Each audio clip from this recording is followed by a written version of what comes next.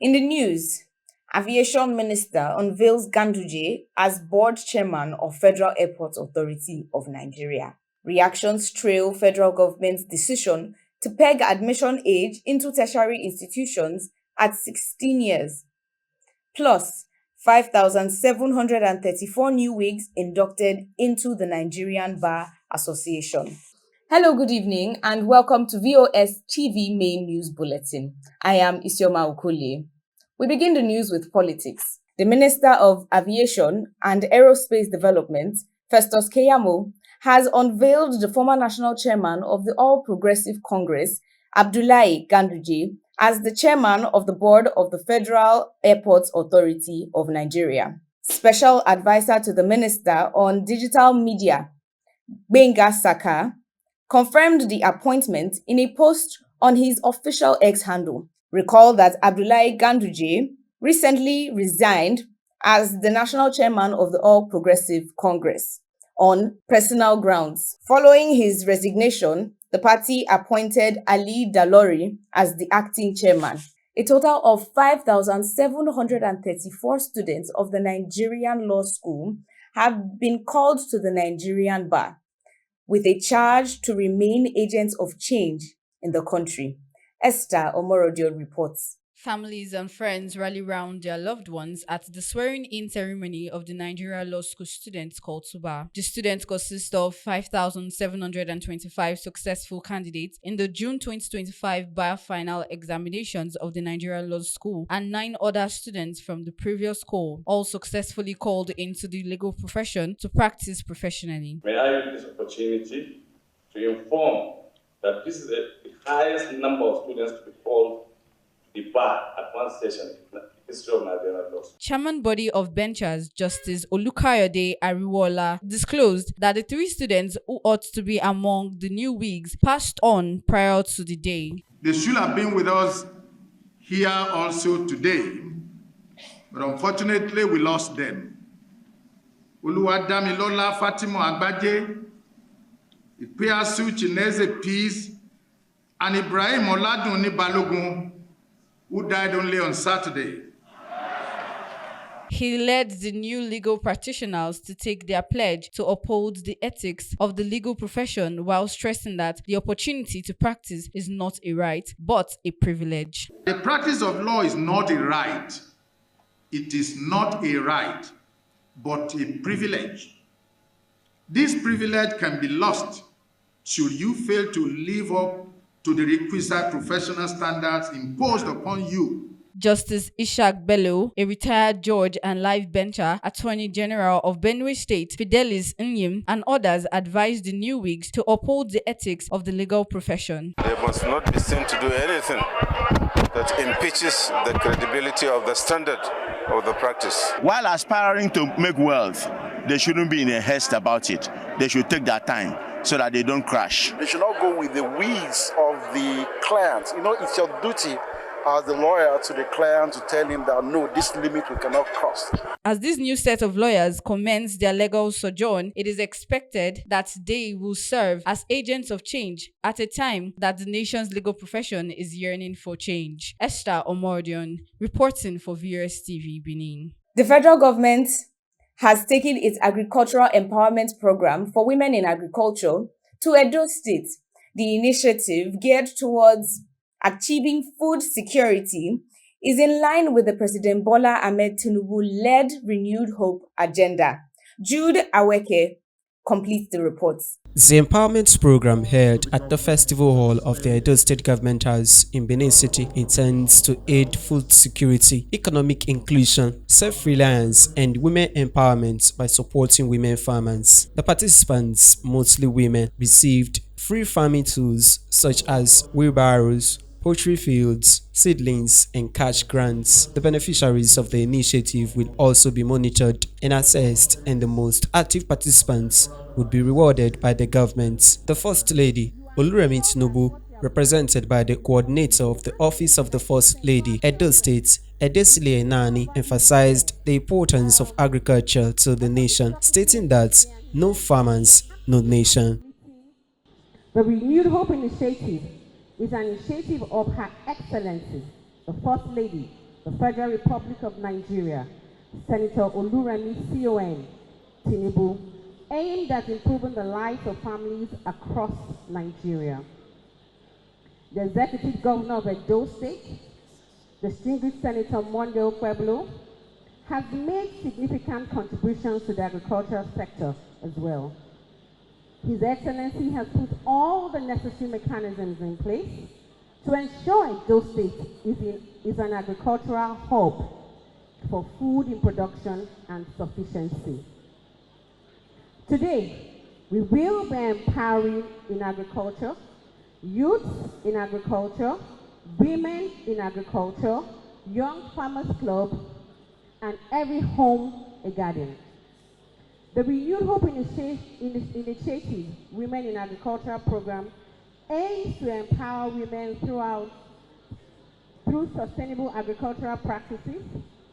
It provides support, training, and resources to women in agriculture, focusing on economic inclusion and food security. The initiative provides agricultural inputs such as seeds, fertilizers, and tools, as well as cash grants to all the beneficiaries here today. The event had dignitaries, stakeholders, and agricultural enthusiasts in attendance. The Commissioner for Health, Cyril Shomole, and Special Advisor on Agriculture and Food Security, Ugbodu Godin, were also present. Stakeholders in the nation's agricultural sector described the initiative as a welcome development that will enhance food security. Our families, improve our health, and protect our environment.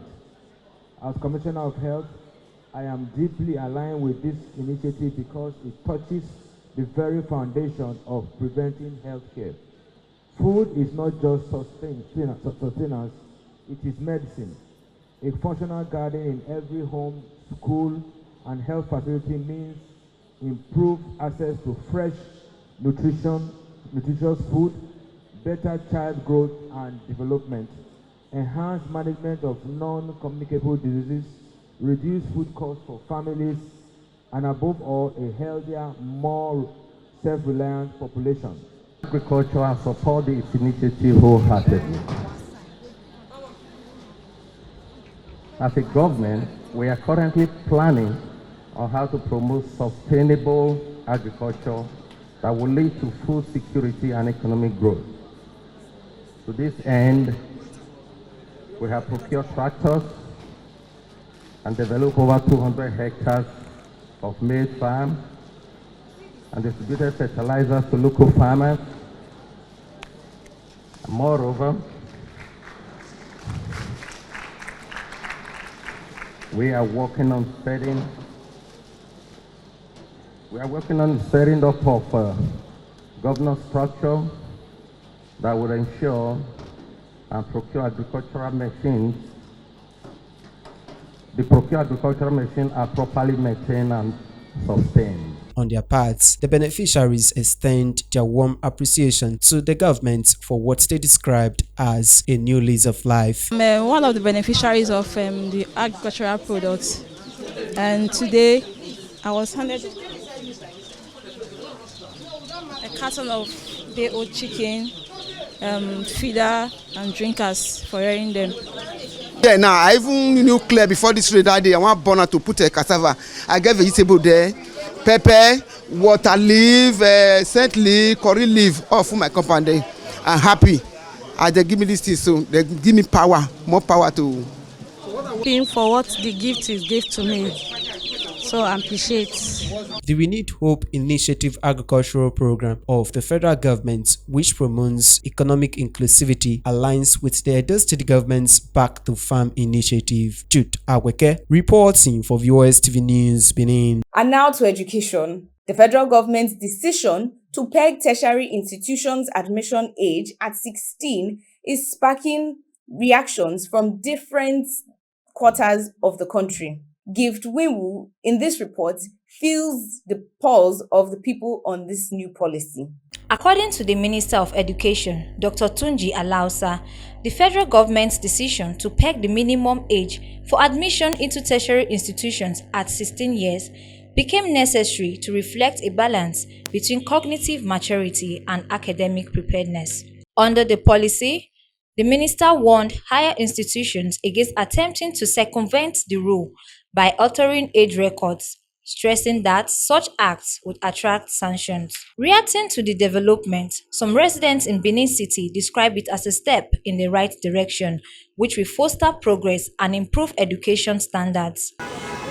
One thing that is constant that we all need to know is change now. So there will never be a time that whatsoever that will be existing under the law for the nation existence will remain. And I believe as it stands now, maybe the government are finding that if we continue with with our old policy ways, that we may not be listed among the list of the Westerner country who are turning down their constituencies of way of education and their livelihood of education. So to me, I observe that what leads to that must have been the cause of change. To me, I think it is a welcome development and the idea. At least it's better we catch the youth or the younger ones very, very young and make them learn very, very quick from that age, so that it will enable them to understand what they are being taught. Because what we see now, most people when they go into school with their age, most of them, they are not going with the knowledge to go and learn. Some are going there for courtism and then so many other bad stuff that are not really, really right. It's a good development. It's a nice one. Not every government can allow a 16-year-old to be in a university or even a tertiary education. So that's a nice development. Others, however, kicked against the policy, arguing that 16 years as minimum age for admission should be discouraged on grounds of psychological capacity and other factors. That age is really so minimum. It's really minimum. I think it should be increased to 18 because it's not all about going to school. Some of it, just being ready academically, they need to be ready like psychologically. They need to be ready psychologically, and it's a really minimum age, really small age for people to go to because they're still teenagers. They're still teenagers. To me, it's unacceptable. The reason why I said it's unacceptable is for that age that age bracket. I believe that child is quite an adolescent. Okay, the child is an adolescent. The government has vowed to strengthen mechanisms to ensure strict compliance with the policy. Recall that in 2024, the then Minister of Education, Tahi Mama, directed the Joint Admissions and Matriculation Board, JAM, and all higher institutions to shun admission of candidates below the age of 18, a policy which faced widespread criticism. With the new policy, admission seekers within the age range of 16 years are now guaranteed admission into higher institutions of learning in the country. Actually, it's risky at all ages, most especially the campus environment.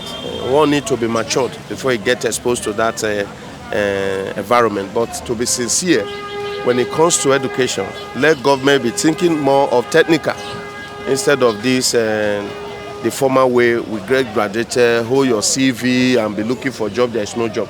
Implication? Well, I don't think there's any implication. How would there be an implication? Why would there be an implication? It's an upliftment grace to the parents. Gift Winwu, reporting for VOS TV, Benin City. Still talking education, residents in Edo State have continued to react to the 1 billion naira annual bursary approved by Governor Monday Okpebholo for students of Edo State origin in tertiary institutions across the country. Dorothea Okoduga is our guide on this report. The approved 1 billion naira annual bursary scheme for students of Edo State origin studying in tertiary institutions across the country was made known in a statement issued in Benin by the Chief Press Secretary of the Governor, Mr. Fred Itwa. According to the statement, the governor's decision at a recent town hall meeting with youth followed a heartfelt appeal by various Edo youth leaders who appealed to the state government to provide financial assistance to students in higher institutions. Governor Okpebholo explained that the bursary, which will be dispersed annually, is meant to alleviate the financial burden on students. In a reaction to the initiative, Edo people commended the government for giving students of Edo extraction a new lease of life, describing the gesture as long overdue. In fact, when I heard this morning, I was so happy. So I commend the governor for that. And I want him to stand, and defend that very money that he has, he has approved. And so that he will be able to reach out to both the rich and the poor. I would say yes, it's a very good and bold step, and I believe it's in the right direction because one, I have been in the educational system to academical part, so I know what, sometimes when you interview students, most of them, they have very good dreams, especially those in the vocational studies. So if the bursary will really help, not that the bursary is going to help, but some of them are having dreams, they have technical skills, so it can help them also push for their dreams. I think the 1 billion will go a long way to mitigate the effects of cost of living to students. If the money is judiciously used, riskily being disbursed to students, if it's not being hijacked by sacrifice, I think it will go a long way to reduce the effect of cost of living to them. Others want the government to put measures in place to ensure that the funds get to the intended beneficiaries. I believe the governor is able to deliver his promises, and so I will advise him to put machinery in place. If possible, set up a committee at all school to monitor the disbursement of this money, so that it will not end up in a private individual's account. It should have been a step. It's supposed to be a step in the right direction. But one thing I'm skeptical about is the way we do things in this country. Largely, there is no sincerity on the part of government when it comes to policies and implementations. And I don't know if they will be sincere. If they will be sincere in disbursement of the fund, truly that the 1 billion they are saying they are giving out, they are truly giving it out, there is no manipulation, then I think it's a good thing. The initiative is part of Governor Okpebholo's administration's broader efforts to improve access to education, promote academic excellence, and empower young people in the state. According to the governor, eligibility for the funds will be verified through applicant local governments to ensure that only indigents benefit from the program. He stated that the details regarding the application process and timeliness will be made public soon. The Edo people are optimistic of a timely implementation of the annual 1 billion naira bursary by the government. This, no doubt, will alleviate the financial burden on Edo students across the country. Dorothea Okodiga, reporting for VOS TV News, Benin. Thank you, Dorothea. And to health, Edo State Governor Senator Monday Okpebholo has pledged his administration's readiness to increase funding to support those living with autism in the state. The governor disclosed this recently in Benin as part of activities to mark this year's World Autism Day. Esther Omorodion reports. A gathering of stakeholders in the health sector here at the Festival Hall of the Edo State Government House in Benin City. The event is in commemoration of this year's World Autism Day. Governor Okpebholo, represented by the Coordinator Office of the First Lady, Edesili Anani Okpebholo, said that the state government will strive to achieve the United Nations Sustainable Development Goals, calling for inclusivity and support of all those living with autism. The global community to recognize and celebrate the incredible potential and skills of persons living with autism. The theme, Advancing Neurodiversity, Diversity, and the UN Sustainable Development Goals reminds us that being considerate of people living with autism is not just a moral responsibility, but a vital pillar of sustainable development. Many individuals with autism face discrimination in accessing quality education, healthcare, employment, and social acceptance. It is essential that we work together to create a society where every individual has the opportunity to thrive. We are here today to advocate for inclusion, support, and acceptance of individuals with autism. Let us provide them with the necessary resource and care to reach their full potential. By doing so, we can build a more inclusive and sustainable society for all. I urge all Edo citizens and residents to join me in embracing neurodiversity and promoting a society that values diversity and inclusivity. The State Commissioner for Health, Dr. Cyril Oshomole, on his part, advocated for equal treatment for those living with autism, stressing that they should not be seen with the lens of disability, but of possibilities. And even give a kind of psychological relief to the parents, because I know it's not easy for a woman or a child, for a woman or a parent to have an autistic child. They need the community to embrace them. That's why I talked about the 3 C's of sustainability, looking at the community level and also under the aspect of care. The event attracted a large turnout of parents and children living with autism. Also, the children showcased their talents, showing that autistic patients are truly not viewed with a lens of disabilities, but of possibilities.